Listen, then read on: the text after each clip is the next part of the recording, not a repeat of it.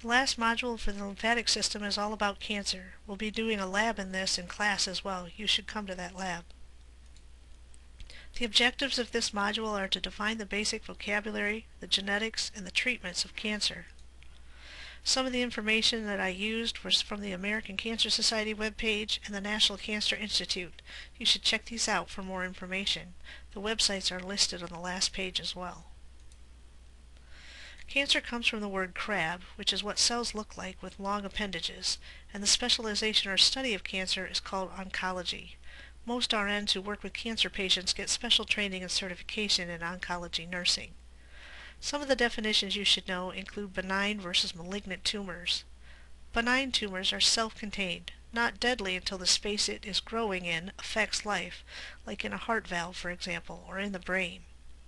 Malignant means there's uncontrolled growth of an abnormal cell that may spread to other tissues, so the cells have learned or have the ability now to move. The spreading of malignant cancer cells is referred to as metastasis. It usually means it's going into another organ system via the blood or lymph. Cancer that originates from epithelial tissue is a carcinoma. So cancer of the skin, for example, is a carcinoma. Cancer that originates in connective tissue is referred to as a sarcoma. Blood and bone cancers are sarcomas. So cancers are almost always labeled as carcinomas or sarcomas because you don't find cancers originating in muscle fibers or from neurons. In this example picture you can see that there are cancer cells starting in the skin here, so this would be a carcinoma, and the tumor stays encased within the skin. It would be still considered benign, but once it has moved out of the skin system and into the blood or into another tissue type, it is considered metastasizing or malignant. Some images here of benign tumors that can cause problems. Even though they're benign, it would cause weakness of the bone here, for example, or maybe affect speech or coordination in the brain, depending on where the tumor is. Cancer rates depend on sex, age, location, occupation, diet, lifestyle, race, ethnic groups, and probably even more things they don't know about yet. Genetic susceptibility does play a big role in the chances of getting cancer, but not all cancers are from mutations that you're born with. Some happen later because of an exposure to a carcinogen or a virus. 1 in 3 people in America will develop cancer. It is the second leading cause of death. Because there's both genetic and environmental causes, it's difficult to, pinpoint why exactly some people get cancer and other people's do not. When it comes to new cases, breast cancer is the #1 kind of cancer diagnosed in women, and prostate is the #1 in men. However, lung cancer, because it affects both sexes, is #2. However, this is the number of new cases. There's a difference between cases and estimated deaths. By far and away, lung cancer kills way more people. One of the reasons is because it's diagnosed so late, it often has already metastasized. Breast cancer, even though it's the most common kind of cancer diagnosed, doesn't kill nearly as many people as lung cancer, for example. Some of the reasons suggested for cancers being linked to genetics is that all cancer cells have mutated DNA. The DNA has been damaged somehow. How it gets damaged or mutated can be any number of things. Sometimes there are errors at birth. These mutations generally cause cancer or cause cells to have uncontrolled mitosis. Sometimes people who can't repair DNA are more likely to get cancer, so there's mutations in repair genes. Other times the mutations occur later, perhaps because of an exposure, or it's just random mutations due to when the cell divides, the DNA's got to replicate. Sometimes there's an error in that process. The genes that regulate mitosis are either proto-oncogenes, which turn on mitosis, or tumor suppressor genes, which turn mitosis off. Mutations in either one of these can lead to cancer. Some viruses can insert their proto-oncogenes into our genomes and take over a cell's ability to replicate, and then the cell becomes cancerous. Chromosomal damage can also occur during DNA replication. We have enzymes that fix these, but they don't always catch everything, and sometimes the mutation actually is in the repair genes. Carcinogens can also alter or damage DNA. There's many known carcinogens, and you can click on this link if you want to get a list of the ones we know about, but there's probably others that we don't yet know about. Also, if a chemical or carcinogen or a particle has caused cancer in anything, it's on the carcinogen list. It doesn't necessarily mean it causes cancer in everyone, every time. Unmutated genes regulate mitosis. Proto-oncogenes are not yet mutated, but once they're mutated, they're referred to as oncogenes. And proto-oncogenes are genes that are involved in turning mitosis on. Tumor suppressor genes are genes that are involved in turning mitosis off. Mutations in either one of these can lead to cancer in that cell because then you can't regulate mitosis. And by definition, cancer is uncontrolled mitosis. Cells which become cancerous are changed. They don't do their normal job, and they are transformed into little replicating machines and stop doing what they should be doing, being skin cells or liver cells or lung cells or whatever.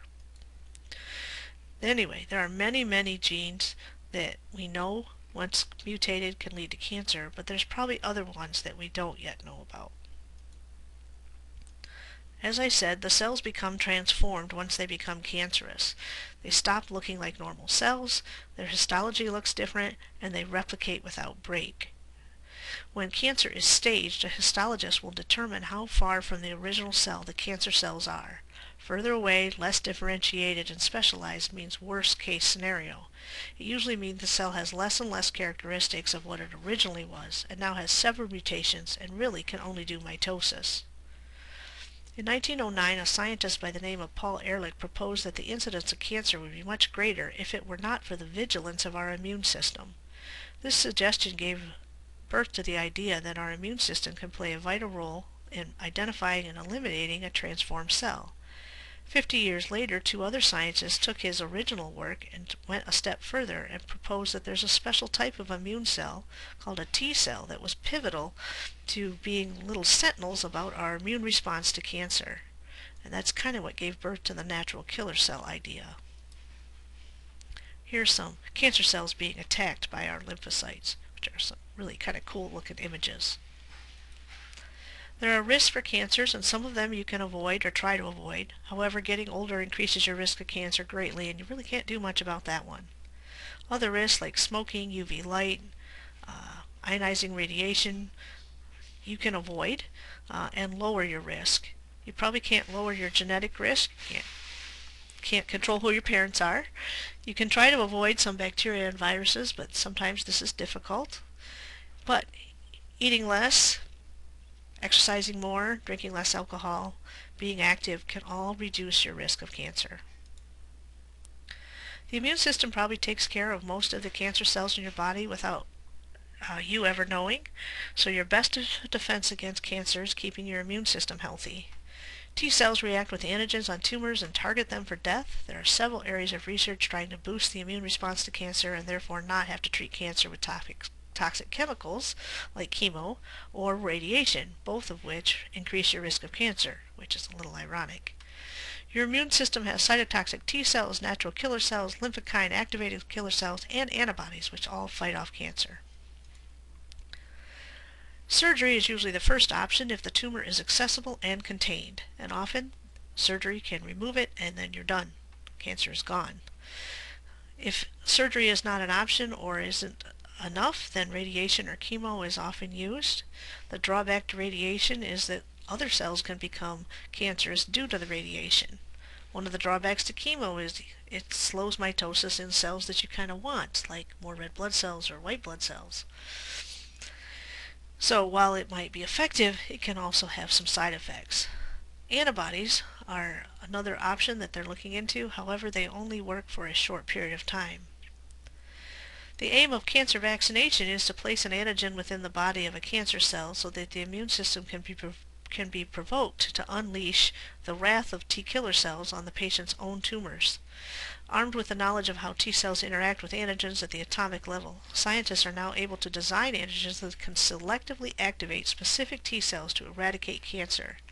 In general, the success of vaccine strategy kind of depends on the mode of antigen delivery, the choice of the adjuvant, and the particular antigen being used. But it is a hot area of research, and perhaps soon we will have some of these vaccines out as trials. The National Cancer Institute reports that the cost of cancer is going up as more and more people get diagnosed with cancer.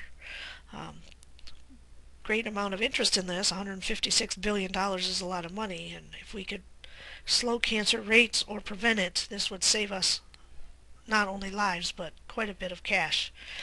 African American men are at the highest risk of cancer, and Asian women are at the lowest risk.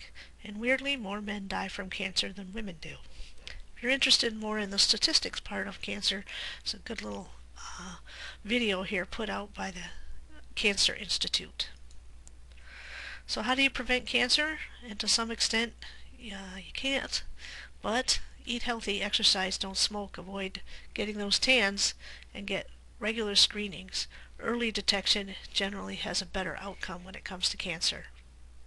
If you want some more information, there's some really good websites here listed from the American Cancer Society, the National Cancer Institute, and cancer.gov.